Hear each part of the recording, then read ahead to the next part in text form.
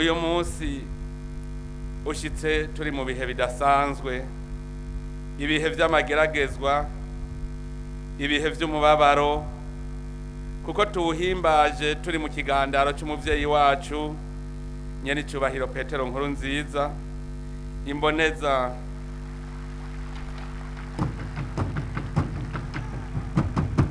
imboneza mu gukunda no gukundisha Abarundi igihugu cabo. Uyu munsi urimwo tubiri, kuko turanezerewe aho rusimvye akanga, ariko murumva ko bitoroshe.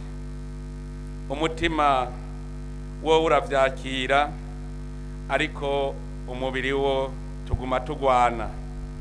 Imana niyo nyene yonyene idukomeza, ishobora kuturemesha. Nashaka rero kubasaba munkundire kandi mumfashe dushimire bimwe bivuye ku mutima uwo muvyeyi twabuze tutase.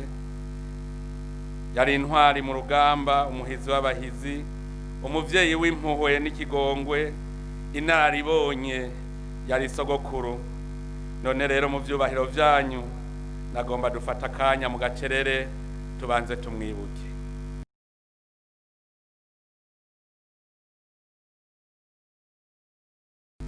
Tuzokwama tumwibuka nk'umugabo w'ijunja n'ijambo, intwari ku rugamba rwo guharanira gutsimbataza amahoro mu Burundi no mu makungu, no gutsimbataza intahe yo kwikukira.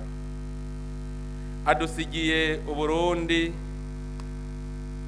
gisigaye ari igihugu casezeye gusegerereza no gutega amashi abayakubitako, igihugu cashinze icumu mu mashinga.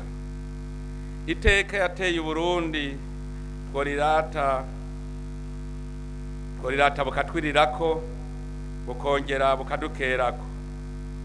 None rero naho biruko, kubera ubutwari bwiwe, nagomba sabe kandi duhaguruke tumara umwanya tumukomera amashi ku vyiza yakoreye Uburundi.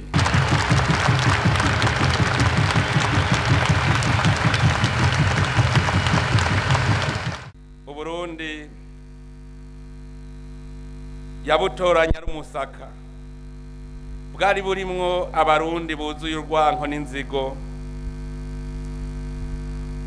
bwari burimwo Abarundi bameze nk'udusimbira hamwe, Abarundi batari bafise umutima wo gukunda igihugu cabo. None akidusigaranye catoshe, twasubije hamwe mu mahoro ari yakiranga. Muravye iyo tuva, iyo bitaba vyaruko, n'uyu munsi ntiwari gushoboka. None mwari bwabone Uburundi bubura umukuru w'igihugu, hanyuma bikaba nk'uku. Ariko tubishimira Imana, kuko wenyene niyo yari yashize imbere. None ntimutetereje wakurikirwe n'induru. Nagira nshimire Abarundi bose muri ibi bihe turimwo ingene bigumije, mpereye ku ndongozi nkuru, kuko muravye ibihe vyadushikiye muri iki gihe, iyi ndongozi nkuru zitahabera abagabo. Hari naho abantu bari gutangura kuryana bavuga bati umukuru ninde. None rero nagira nkengurukira Abarundi mwese, duhereye ku ndongozi z'Uburundi, zozo zagumye zifatanye mu nda, zikongera zikaguma ziremesha Abarundi.